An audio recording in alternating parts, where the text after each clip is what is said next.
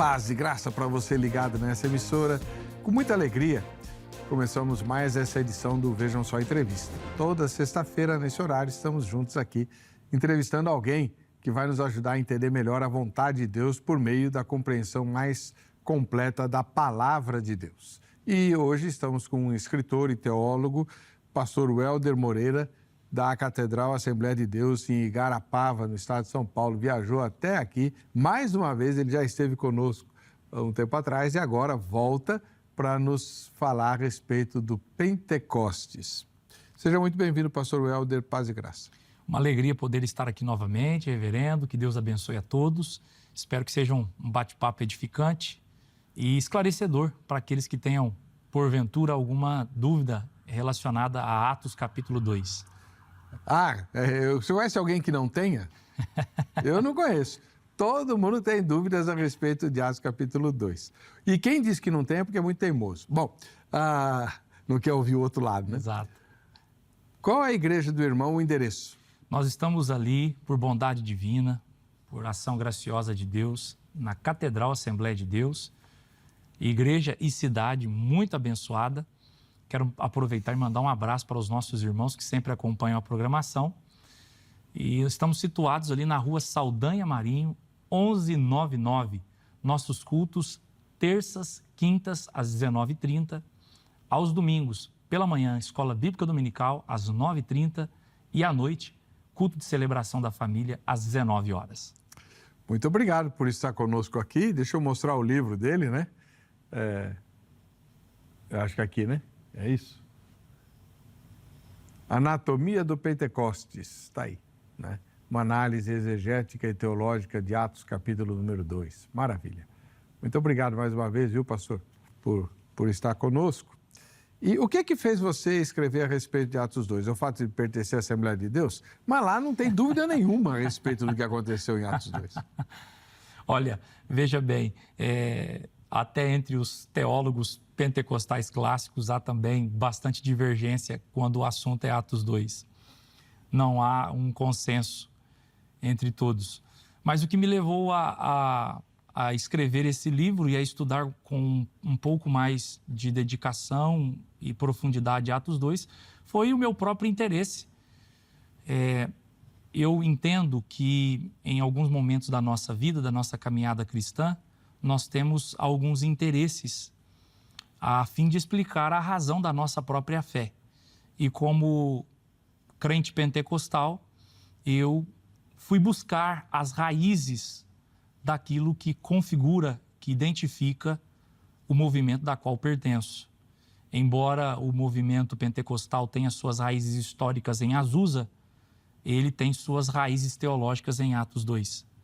Então, nada melhor do que estudar esse capítulo com mais atenção, a fim de que pudesse entender o porquê e as razões da nossa experiência pentecostal. Então, foi isso. Esse livro, ele surgiu na pandemia, no ano de 2020, e durante 2 anos a gente mergulhou profundamente, estudando com bastante ênfase. A bibliografia desse livro reflete isso. Foi realmente um mergulho em Atos capítulo 2 para compreender e depois sintetizar tudo isso. E em 2022 esse livro aí foi lançado. Então, maravilha. Foi a partir da minha própria experiência, mesmo do meu próprio interesse em explicar a minha experiência e a nossa origem pentecostal. E você que está assistindo à exibição da gravação, pode e deve participar do programa. Tire suas dúvidas agora, né? Mande para nós a sua mensagem, o seu comentário, a sua pergunta pelas redes sociais que a gente as insere no programa durante a gravação. O YouTube transmite a gravação, mas não arquiva o programa. Ele só ficará disponível para visualização depois da exibição em rede aberta, né? Então, quem estiver assistindo a gravação tem que participar agora, tá bom? Vamos pôr no ar a nossa enquete, a nossa pesquisa. Você crê que a evidência do batismo com o Espírito Santo é o falar em línguas? Nunca te fizeram essa pergunta, né, irmão e irmã? Nunca. Pois é, eu acho que é a pergunta mais feita, né? Sim, não ou desconheço. muita gente pode não saber exatamente do que estamos falando, então prefere não opinar, vota no desconheço. Se você votar sim, é porque você crê que o batismo com o Espírito Santo é uma experiência posterior à conversão e que é evidenciada com o dom de línguas. Se você diz que não, é porque você não pensa dessa forma, né? Aí tem várias maneiras de pensar também. Vamos lá. Pastor Welder, vamos começar, né? O que é exatamente Pentecostes? De onde vem essa palavra? Muito bem. Essa terminologia que dá origem a esse movimento que inicia a partir de 1900 na verdade, na virada do século, né? 1901, porque foi quando William Seymour. Na verdade, Agnes Osman, a moça que da escola de Charles Parham falou línguas pela primeira vez. A palavra Pentecostes, na verdade, é o nome de uma festa judaica. Para aqueles que leem a Bíblia Sagrada, especialmente o Antigo Testamento, sabem que Deus instituiu 7 grandes festas para a nação de Israel. Dentre essas festas, uma delas é a festa do Pentecostes, que, por interessante que seja, a festa do Pentecostes é a festa que está justamente no meio do calendário judaico, porque você tem 3 festas antes e 3 festas depois, de modo que a festa do Pentecostes é a festa do meio, então ela é uma festa central dentro do calendário judaico.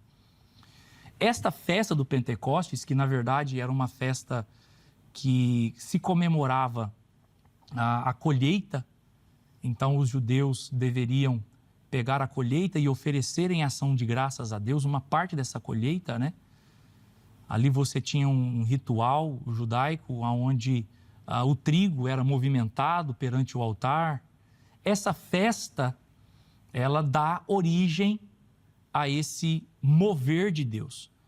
Deus, por sua infinita soberania, escolheu a festa judaica do Pentecostes para manifestar o Espírito Santo, o revestimento de poder, a fim de que a igreja pudesse ser capacitada para cumprir a sua missão. Então, quando a gente fala de Pentecostes, nós originalmente estávamos falando da festa judaica. Mas a partir de Atos 2, essa nomenclatura da festa judaica passou também a ser sinônimo desse mover do Espírito que aconteceu naquele extraordinário e tremendo dia. Então, e é interessante porque nada que Deus faz é por coincidência, reverendo. De tantas outras datas que Deus poderia escolher, ele escolhe justamente a festa do Pentecostes para que o Espírito Santo viesse sobre a igreja primitiva. Por quê? Quais são as razões disso? Primeiro, como eu mencionei, a festa do Pentecostes era uma festa central no calendário judaico. Deus estava comunicando com isso que a vinda do Espírito Santo nessa festa era algo primordial, central para a vida cristã, para a fé da igreja cristã. Em segundo lugar, a festa do Pentecostes comemorava a grande colheita que Deus havia permitido os israelitas, os judeus, terem. De igual modo, o Espírito Santo vem sobre a igreja em Atos 2, na festa de Pentecostes, para mostrar que o objetivo do reino de Deus é alcançar, é ter essa grande colheita na face da terra. Não à toa, no próprio dia de Pentecostes, quase 3.000 almas foram colhidas para o reino de Deus. Então, esses paralelos espirituais que a festa judaica tem, conectam-se muito bem com o mover do Espírito naquele dia. Então, essa é uma das razões pela qual Pentecostes hoje passou a ser sinônimo dessa ação do Espírito Santo, que marcou aqueles dias e que continua a marcar a história da igreja. Uma das palavras que a gente não usa mais e que está presente nas edições mais antigas da Bíblia, as mais clássicas, é a palavra cenáculo, que parece ser um lugar muito central na história do Pentecostes. Exatamente do que se tratava? É interessante observar, né? Muitas traduções já modernas traduzem como aposento ou quarto superior. A palavra cenáculo diz respeito a esse local de reuniões onde famílias mais abastadas possuíam. E é interessante que, embora seja um debate recente no Brasil, eu acredito, reverendo, que o livro Anatomia do Pentecostes foi o primeiro a tratar dessa questão. Onde de fato ocorreu o Pentecostes? Foi no cenáculo ou foi no templo? Em inglês você tem alguns livros que trabalham essa questão, mas eu acredito, se não for um ato falho da minha memória, que o meu livro é o primeiro a tratar sobre essas duas possibilidades. Geralmente é tão comum a gente pensar que o Pentecostes ocorreu no cenáculo que passa a fazer parte do senso comum. Então as pessoas naturalmente pensam que foi. Mas existe essa possibilidade de que o Pentecostes possa sim ter ocorrido no templo. No livro eu coloco as duas possibilidades, mostrando que, por exemplo, quando o texto diz lá em Atos capítulo 2, e a casa, todos foram cheios e a casa foi preenchida, a palavra casa ali, o termo oiki, oikos, é a palavra que Lucas também usa para se referir ao templo. Uhum. No próprio texto, já num contexto ali imediato, que é Atos capítulo 7, no sermão de Estevão, Lucas vai usar a expressão grega para casa, mas é uma referência ao templo. No próprio capítulo 2, ele vai dizer que a igreja tinha por hábito estar de casa em casa e no templo. Então, perceba, e por que alguns estudiosos acreditam que foi no templo? Devido à questão da multidão que aparece ali. O texto diz que uma multidão apareceu, e era uma multidão mista, de diversas nações, grupos de diversas nações, que aparecem justamente onde estava ocorrendo aquele mover espiritual. Então, como explicar? O Joaquim Jeremias, no seu livro Jerusalém, nos tempos de Jesus, ele vai, inclusive, investigar a possibilidade arqueológica de haver ou não um espaço, um cenáculo que comportasse uma quantidade grande de pessoas. Então, você tem essas duas possibilidades. Quando se trata de cenáculo, o cenáculo na teologia lucana tem um papel muito interessante, porque ele vai mencionar que é no cenáculo, no capítulo 1, que a igreja se reúne para orar, os irmãos se reúnem para orar, os discípulos, os apóstolos. A eleição do Matias. A eleição de Matias.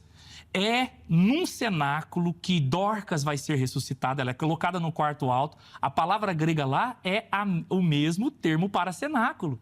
Isso é interessante, né? Veja que coisa interessante, porque a igreja que estava reunida ali, no falecimento de Dorcas, eles colocam ela no lugar do culto, como que esperando, né? Veja que interessante, olha o ensino de Lucas a partir disso. Como nós precisamos colocar os nossos problemas e as nossas dificuldades no lugar certo. É no altar da oração, é no lugar de adoração que a gente precisa aprender a tratar as nossas dificuldades. E isso é muito interessante. O cenáculo, ele tem aspectos na teologia lucana que, ao longo da sua narrativa, parece ser um lugar de renovo, de oração, de milagre. Me parece que Lucas deseja mostrar ali o ambiente aonde a igreja primitiva começou a dar os seus primeiros passos, já desvencilhando daquele judaísmo que estava inicialmente marcando, né? Porque no princípio a igreja caminhou muito próximo, né? Inclusive a liturgia da igreja cristã no princípio teve muita influência da liturgia na sinagoga, mas Lucas parece ir mostrando que a igreja, nesse ambiente diferente do cenáculo, seguiu rumos diferentes para ser um movimento à parte. Se desvinculou. Desvinculando-se. Bom, pastor, vamos já direto para a questão das línguas, que é o assunto mais polêmico do tema, para não correr o risco de não dar tempo. Sim. Né? Então, por que nós temos tanta controvérsia a respeito do dom de línguas, se é muito claro no texto que os discípulos, que passam a ser apóstolos, né, falavam coisas que eles não conheciam? Realmente, o Dr. Craig Keener, grande teólogo pentecostal e grande estudioso, uma das maiores autoridades em Novo Testamento, e que escreveu o mais requisitado e acadêmico comentário de Atos dos Apóstolos, que está disponível agora em língua portuguesa, 4 grandes volumes. É um dos maiores comentários sobre Atos dos Apóstolos. O Dr. Craig Keener vai dizer que o falar em línguas é o dom mais controverso da história da igreja. Porque quando a gente lê Atos dos Apóstolos, você tem ali no capítulo 2 a realidade de que o texto diz que eles falaram em línguas. Você tem 2 possibilidades ali. Primeiro, os nossos irmãos reformados que acreditam que ali foram idiomas. Você tem também teólogos pentecostais que acreditam que ali foram línguas estranhas, no sentido de serem celestiais. Embora entre os pentecostais clássicos não haja também um consenso em relação a isso, porque eu, particularmente, sou da linha de que Atos capítulo 2 foram idiomas. Você tem aqueles teólogos que acreditam que ali foi um milagre duplo. Foi um milagre de fala, mas também um milagre de audição. Fala porque os discípulos não conheciam aquelas palavras que eles estavam dizendo, era uma linguagem ininteligível, mas também era um milagre de audição, porque as nações ali conseguiram entender em sua própria língua, em seu próprio idioma, aquilo que estava sendo dito, as maravilhas de Deus. Eu, particularmente, acredito que ali foram idiomas, inclusive participei de um debate aqui, juntamente com um outro pastor pentecostal, tratando sobre esse tema, há alguns anos atrás. E demonstrei que ali... por que eu acredito? Porque você tem no contexto imediato a palavra grega dialectos. Uhum. E a palavra grega dialectos é sempre uma referência a um idioma. Não é a palavra que Paulo usa para falar de língua dos anjos? Em 1 Coríntios, capítulo 14. Não é. Ali ele usa reterais glossais para se referir a línguas desconhecidas, né? A uma linguagem desconhecida. Alguém pode, por um descuido, pensar que essa linguagem... Bom, se ali era idioma, então quer dizer que isso valida o fato de que não existem línguas estranhas. E isso gera uma dificuldade porque você tem 1 Coríntios 14, que o apóstolo Paulo vai mostrar ali claramente que se trata de uma linguagem espiritual ininteligível. E isso não é de todo desconhecido nem no mundo de Paulo, nem no Antigo Testamento. Porque você tem hoje os estudos de grandes autoridades, inclusive que não são pentecostais, que ao estudarem alguns textos, como por exemplo, Números capítulo de número 11, 1 Samuel, aonde Saul, ali no meio dos profetas, eles vão falar numa linguagem de êxtase. Alguns estudiosos, como por exemplo, posso citar aqui o Gordon Wehan, que ele no seu comentário de Números, ele vai dizer que quando o Espírito foi repartido de Moisés para com aqueles anciãos, e a expressão lá, eles profetizaram, a palavra hebraica lá, é uma palavra, segundo o Gordon Wehan, que não é um pentecostal. Uhum. Ele vai dizer que se trata de uma linguagem ininteligível. Uma linguagem profética de transe. Ora, então você percebe que é uma construção para culminar isso. No mundo de Paulo, se tinha conhecimento de uma linguagem espiritual que era a língua dos anjos, que o próprio Paulo faz questão de citar em 1 Coríntios também. Então, você percebe que essa questão das línguas, elas são bastante complexas. Agora, eu particularmente acredito sim que as línguas, elas são uma evidência desse enchimento do Espírito Santo. Então, o batismo com o Espírito Santo seria, o irmão é clássico, né? uma segunda bênção, uma segunda experiência distinta da conversão. Claro, não necessariamente, mas na maioria das vezes distinta da conversão. E marcada pela evidência do falar em línguas, sejam elas idiomas desconhecidos por quem fala ou línguas dos anjos. É isso? Exatamente isso. Acredito que Lucas deixou registrado um relato programático. Ou um relato paradigmático. Paradigma. O que significa isso? Lucas, embora fosse um historiador, também foi um teólogo. De modo que é um equívoco muito grande, e eu friso isso no livro, capturar a teologia que Lucas tenciona relatar com a teologia paulina. Ler Lucas com as lentes de Paulo é ignorar que Lucas também foi um brilhante teólogo. De modo que os estudiosos hoje da teologia lucana concordam que Lucas tem um relato paradigmático, no sentido de que, em Atos 2, qual é a evidência de que os apóstolos e a igreja recebeu o Espírito Santo? O falar em línguas.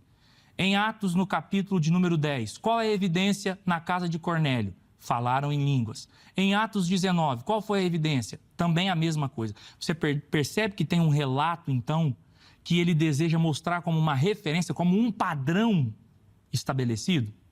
Então, eu sou dessa linha, eu acredito nessa perspectiva. Simone Medeiros diz: eu sempre estou assistindo ao programa, vejam só, e aprendendo muito com todos os debatedores. Sou de uma igreja Assembleia de Deus, mas agora tenho um coração reformado. Olha aí. A Assembleia de Deus também é herdeira da reforma. É que a gente usa o termo reformado, por culpa dos presbiterianos, e eu sou presbiteriano, como se reformado fosse sinônimo de calvinista. Não é. Isso. Arminianos também são reformados. Isso aí. Viu? Bom, Malco Caetano faz uma pergunta difícil para você.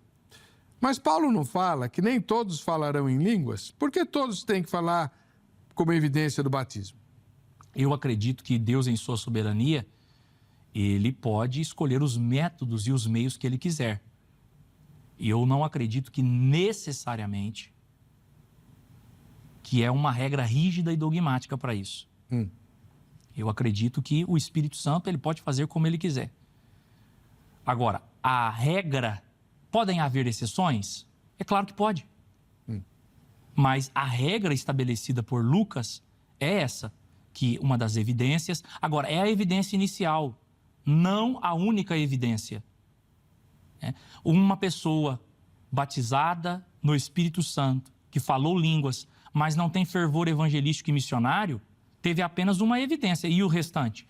Nós, pentecostais clássicos, acreditamos que o falar em línguas não é simplesmente uma evidência não é uma evidência de espiritualidade.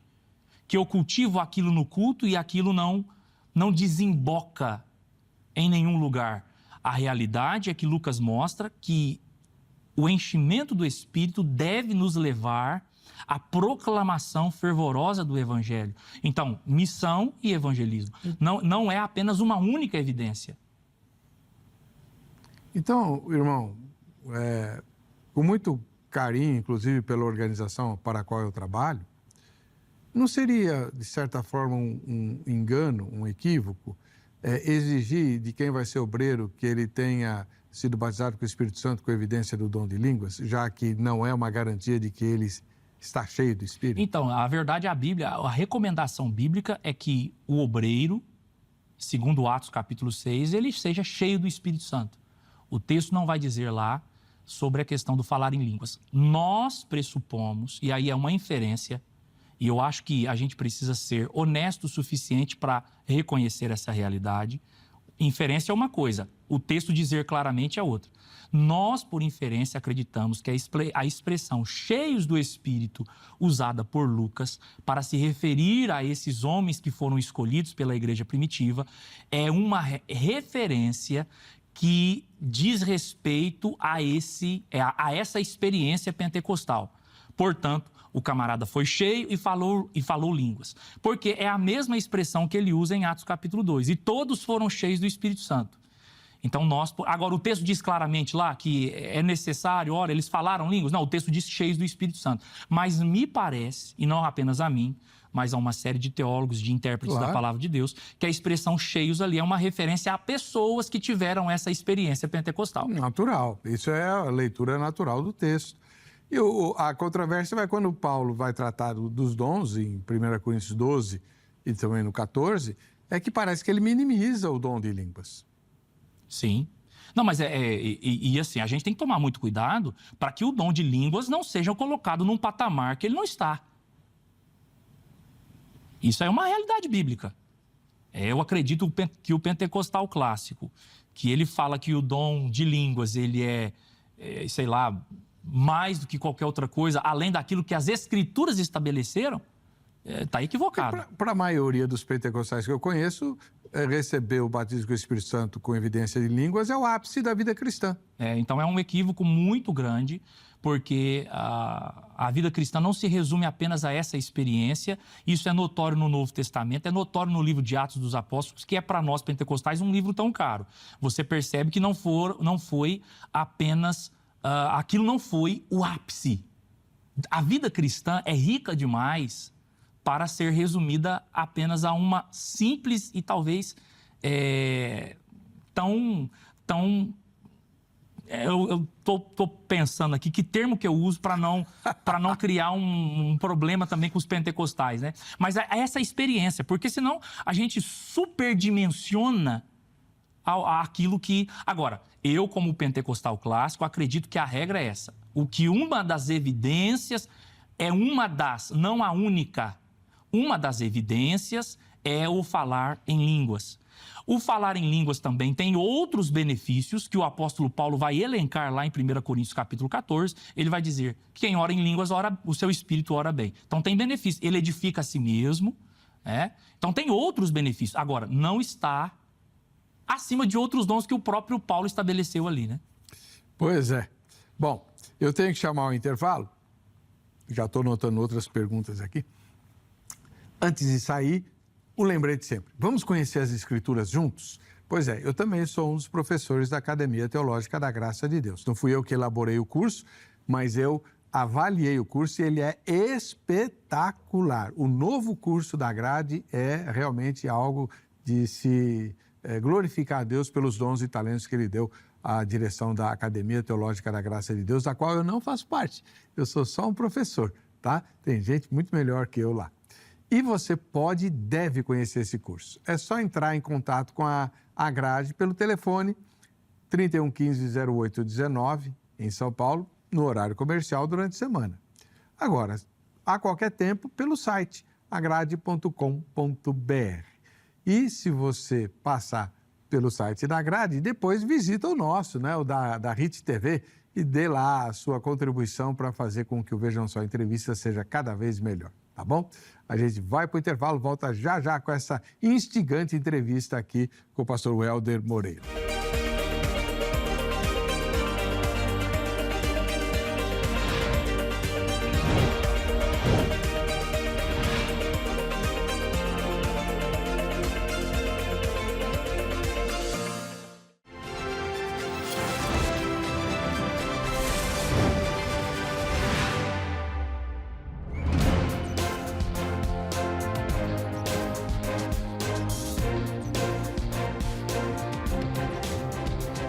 Muito bom, muito legal estarmos juntos aqui estudando a palavra de Deus, né? E a gente quer marcar esse momento com um presente para você, como essa caneca, por exemplo, tão linda, né? Quer uma dessa? Manda uma foto sua assistindo ao programa que a gente vai pôr entre os sorteados, tá? Aí dá o endereço para você mandar a sua foto e aí, se você for sorteada, você ganha uma caneca dessa. Caso você não queira esperar o sorteio, vá ao Shopping do Povo, Shopping de Quem Sabe Comprar, Avenida São João 816, bem em frente à Igreja Internacional da Graça de Deus, sede de São Paulo, a menos de 100 metros da Estação República do metrô. Bem facinho de chegar. Tá aí, ó. A fachada da igreja, atravessou a Avenida São João, bem em frente ao Shopping do Povo, com a dona Eliane lá, esperando você para te atender, não apenas com as canecas, mas com tudo quanto é artefato ou artigo importante para você exercer sua fé, tá bom? A primeira foto de hoje que a gente vai conhecer vem de Pinheiro Machado, no Rio Grande do Sul. É o pastor Richard. Ô, pastor, que bênção, né? O pastor Richard já esteve no Vejam Só e aquele pastor que está lá atrás, eu esqueci o nome dele também. Apóstolo Heleno, que saudade, apóstolo. Tá bom. Pastor Richard, um grande abraço, esperamos você de volta. Em Mairinque, no interior de São Paulo, não, nem tão interior assim, o irmão Hudson é nosso telespectador. E em Porto Alegre, capital do Rio Grande do Sul, o Marcelo é o nosso telespectador lá, né? Ele me pegou num momento de cochilo, olha só. Ah, foi quando eu estava defendendo o pastorado feminino, né? Sim. Ah, então tá bom. Vamos lá. Irmão Weder,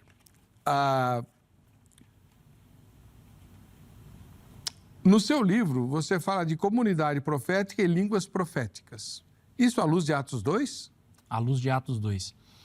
Eu coloco no livro a realidade de que Lucas, ele tem como fonte a Septuaginta. Então, alguns termos usados por Lucas em sua narrativa foram pinçados da Septuaginta. E alguns desses termos eu conecto aí mostrando que o objetivo de Lucas é mostrar que o que estava acontecendo em Atos 2 era o cumprimento do desejo de Moisés. Quando o Espírito Santo foi tirado de Moisés e compartilhado com aqueles anciãos, Josué, enciumado porque 2 ficaram no arraial e foram cheios, perguntou e inquiriu Moisés que Moisés os proibisse. E Moisés, então, revelou um desejo do seu coração. Ele desejava que todo Israel fosse uma comunidade de profetas. O objetivo de Lucas em Atos 2, ao mostrar alguns termos ali que eu coloco no texto, é justamente mostrar que o que estava acontecendo ali era o cumprimento do desejo de Moisés. E ele faz isso usando a mesma nomenclatura que aparece lá em Números.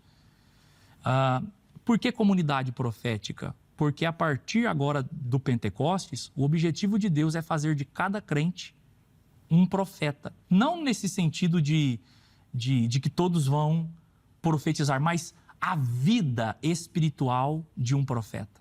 Esse é o desejo de Lucas. Mostrar que agora a igreja é a comunidade dos profetas.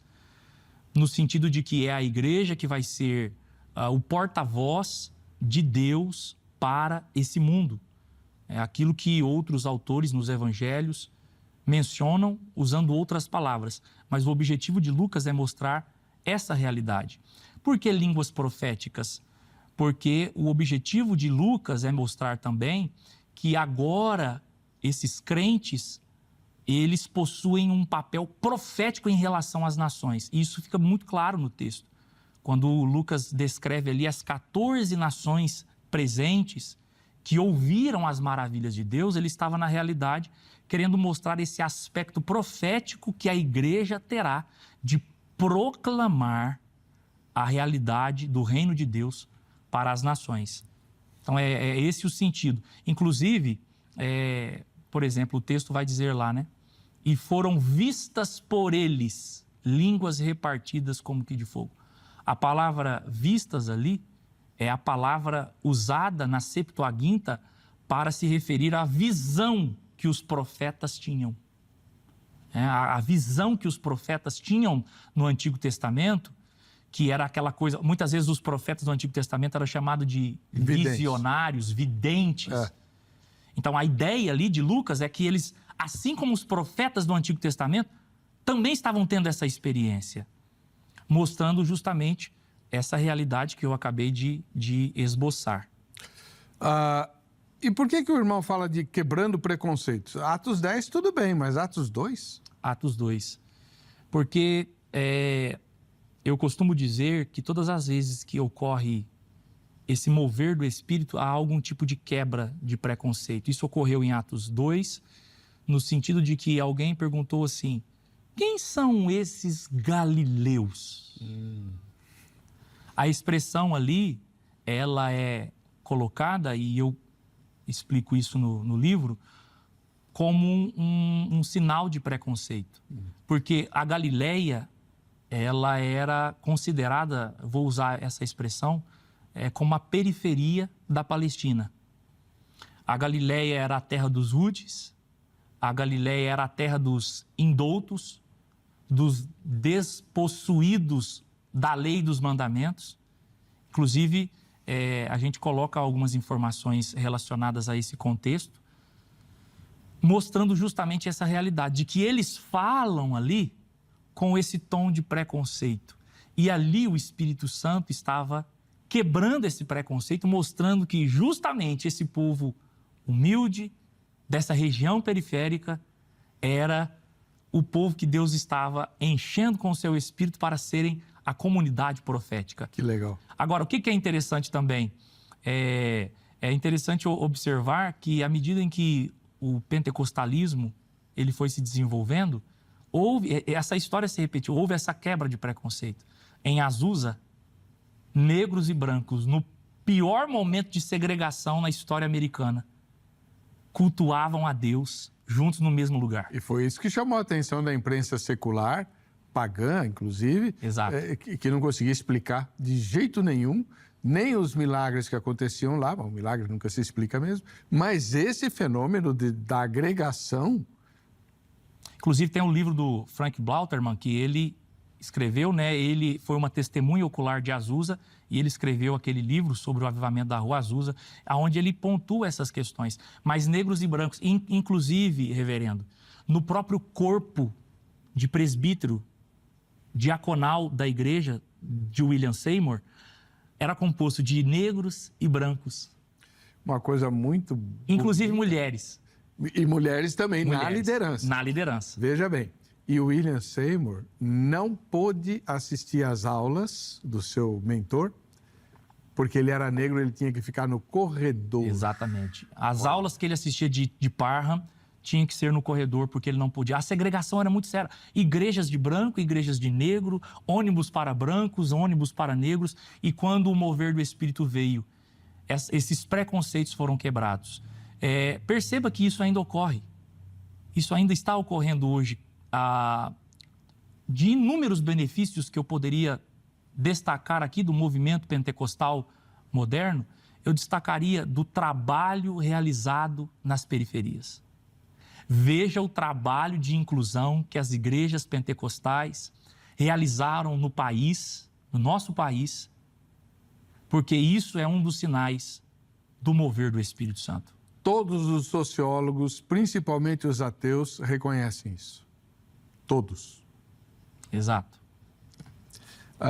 Então não tem coisa só ruim no movimento pentecostal, tem coisa boa também. Não, eu não vejo nada de ruim no movimento pentecostal. Não, mas a gente precisa ter... Aí eu quero abrir um parênteses e dizer isso, que a gente precisa ser maduros o suficiente para fazermos autocrítica.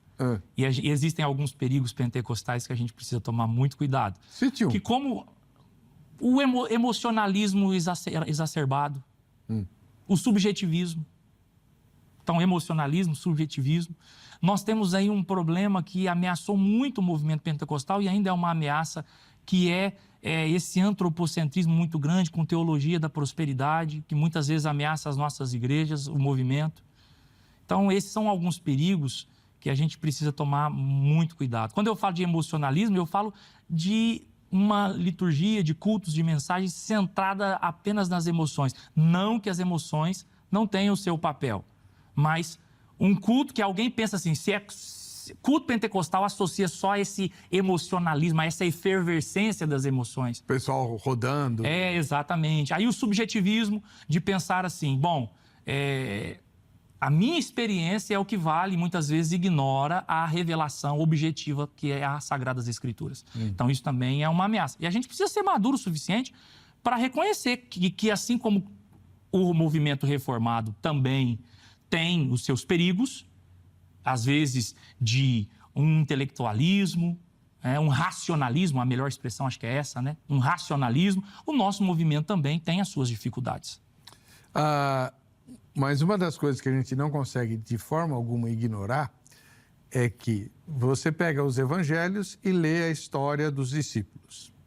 Aí a continuação dos evangelhos é o livro de Atos e os mesmos discípulos não parecem mais as mesmas pessoas. Um dos exemplos mais fortes que eu vejo nisso é Pedro, que acreditava em fantasma e que em Atos é condenado à morte e o anjo tem que acordá-lo na véspera da sua execução. Exatamente. Porque ele estava dormindo. Francamente, né? Como que alguém que acredita em fantasma perde medo da morte? O Espírito Santo fez todas as mudanças, né? Exato. Os discípulos que eram tímidos, fugiram quando Jesus foi preso, em Atos se oferecem para serem açoitados. Exatamente. Houve uma ousadia, né, proporcionada pelo Espírito Santo para que eles testemunhassem de Jesus, da ressurreição de Cristo. E é isso que nós acreditamos. Nós acreditamos que após a conversão, o cristão pode usufruir dessa experiência onde ele recebe do Espírito Santo poder, capacitação para cumprir a missão com ousadia. Essa ousadia que caracterizou a igreja primitiva. O que o irmão chama de Pentecostes continuado? Eu trabalho a ideia de que, por exemplo, em Atos capítulo 2, os apóstolos foram cheios.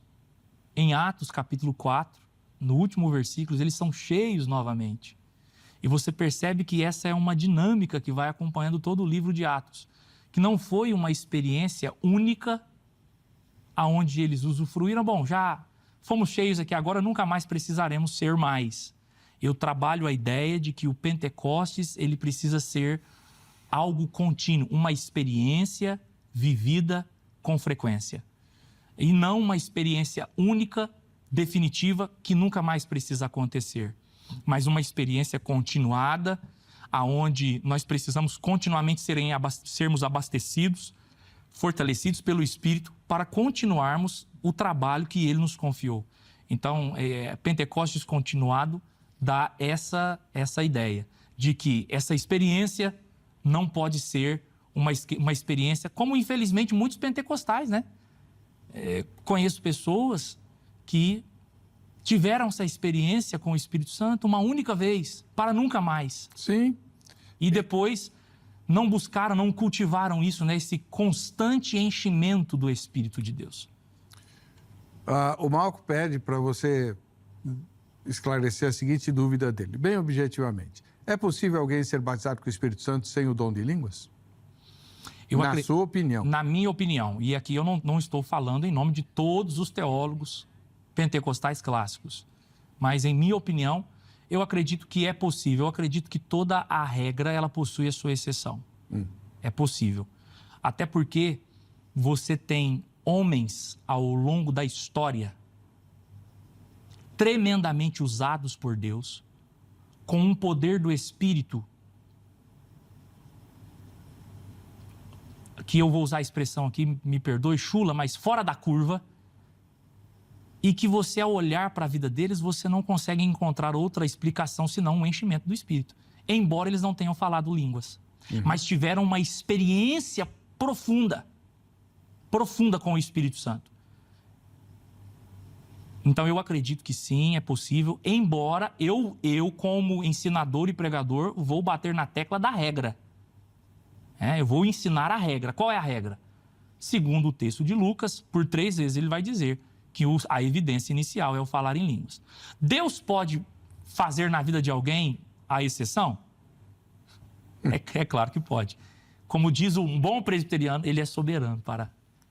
Mas não é. Atos 10, os pagãos, gentios, incircuncisos, foram batizados com o Espírito Santo antes de serem batizados nas águas. O Espírito Santo é soberano. Soberano. É exceção? Lógico que é exceção. Você não vai, né, sair... O nosso papel é ensinar a regra, né? A doutrina, o nosso papel é ensinar a regra. E em 1 Coríntios, Paulo fala que nem todos falam em línguas. Agora, muita gente já me explicou isso. Eu falei, é assim. Na experiência do enchimento com o Espírito, a pessoa fala em línguas e depois não pode nunca mais falar. Não recebeu esse dom, recebeu outros. Há muita divergência na questão dos dons. Agora, o dom que eu mais tenho curiosidade de ver funcionando, e que infelizmente eu nunca vi, é o dom de interpretação de línguas. Você já viu? Eu já vi. Eu já vi. Eu já vi por algumas vezes. Na verdade, 2 vezes eu vi. Uma vez eu vi uma pessoa falando como se estivesse falando um idioma oriental. Parecia um japonês. Eu não entendo japonês, eu não entendo nenhuma língua oriental, mas a pessoa falava uma espécie de língua oriental. E alguém, então, interpretou e entregou uma mensagem profética para toda a comunidade. Então, já presenciei esse fato por 2 vezes. Perceba como que até no nosso meio é uma coisa rara, né? Cada vez mais rara. Então, significa 2 coisas. Ou que nós estamos buscando pouco, ou talvez nós estamos usando a ferramenta de uma maneira errada, equivocada, né? Acho que nós precisamos voltar a dar ênfase a isso. Uma das coisas que eu queria te perguntar, com muito respeito, quando a pessoa recebe o batismo com o Espírito Santo, é uma segunda graça, né? Distinta da conversão. Sim. Pode ser imediatamente, concomitante ao mesmo tempo, salva, batizada, ou pode ser posterior. Nesse caso, as línguas que a pessoa vai falar em oração, em êxtase, né? Elas são dadas pelo Espírito ou a pessoa fala coisas, sons ininteligíveis e aí o Espírito a toma? Boa pergunta. O Dr. Stanley Horton, a quem eu cito, um grande teólogo americano, ele fala uma coisa relacionada a isso. Ele diz que o Espírito Santo concede as línguas, mas ele não articula a nossa língua. Então, aí ele vai dizer que isso vem na mente e isso é falado pelo indivíduo. O Espírito Santo não rouba a consciência da pessoa, de modo que aquilo é feito de forma involuntária. As línguas vêm na mente e a pessoa, então, escolhe se quer ou não falar. Algumas pessoas têm alguma dificuldade em relação a isso, porque tem medo, receio, né? Será que essas línguas são ou não de Deus? Mas eu acredito que o processo é esse. O Espírito Santo, ele concede, o Lucas vai dizer que ele concedia. Agora, quem falava eram os homens. Foram os apóstolos, foram os crentes da igreja primitiva. Então, essas línguas, elas não são um processo da capacidade da pessoa, mas é algo operalizado pelo Espírito Santo na mente do indivíduo e que o indivíduo, então, decide ou não falar. No caso lá de Atos 2, cada apóstolo falava um dos idiomas, né, daqueles... Que não havia aprendido. Que não havia aprendido. Todos eles eram absolutamente desconhecidos e é isso que chama a atenção Exato. Da multidão. Sim. Né? Nas línguas contemporâneas, elas são muito semelhantes, os sons são muito parecidos. Isso não pode ser um aprendizado? Pode porque o indivíduo ele é influenciado pelo meio. Agora, eu, particularmente da experiência da igreja que eu pastoreio, eu percebo uma distinção muito grande. A gente precisa entender que essas línguas não são como idiomas, né? Como se fossem idiomas modernos agora. Lógicos. Que a gente... ou como se fosse o inglês, como se fosse... mas eu percebo em minha comunidade de fé, eu não posso falar aqui a partir de uma generalização, mas a partir da minha comunidade de fé, eu percebo distinção tremenda. Inclusive, há alguns domingos atrás, percebi uma irmã na nossa igreja que, no momento de oração, ela começou a falar línguas que não era o habitual ela falar. E depois, a gente conversando, eu entendi que o Espírito Santo tinha dado a ela uma nova linguagem, novas línguas. Então, perceba que isso é possível, né? Às vezes, o nosso grande problema, reverendo, é que acabamos fazendo por um recorte de um problema local, uma generalização, para tentar justificar aquilo que a nossa mente muitas vezes não consegue compreender. O que é importante frisar? As línguas são um fenômeno difíceis de explicar? Sim. Mas tem amparo no Antigo Testamento, não é uma coisa desconhecida de outro mundo, como se fosse de outro planeta. fazia parte do profetismo de Israel, fez parte do Novo Testamento na igreja primitiva, continua fazendo parte hoje.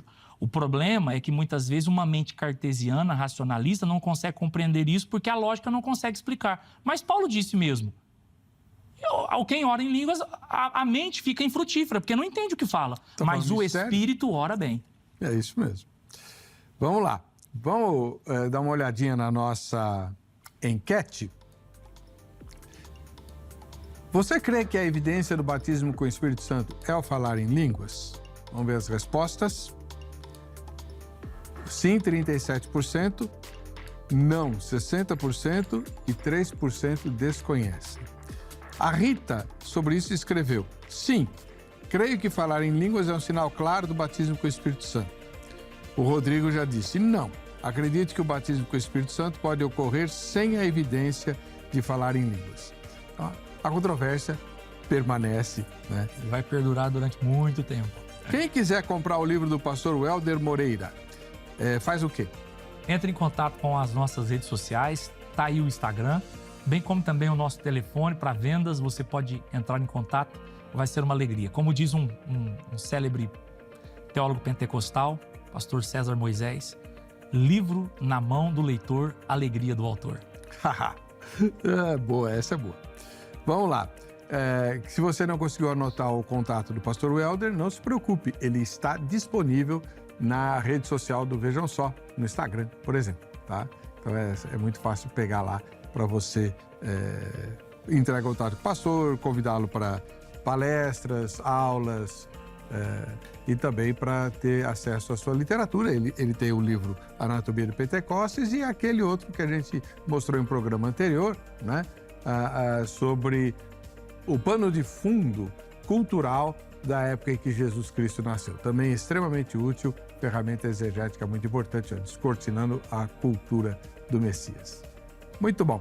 Para você que fica com a gente, que fica com essa emissora, paz e a graça de Jesus, nos veremos com a graça de Deus na próxima sexta-feira. Até lá.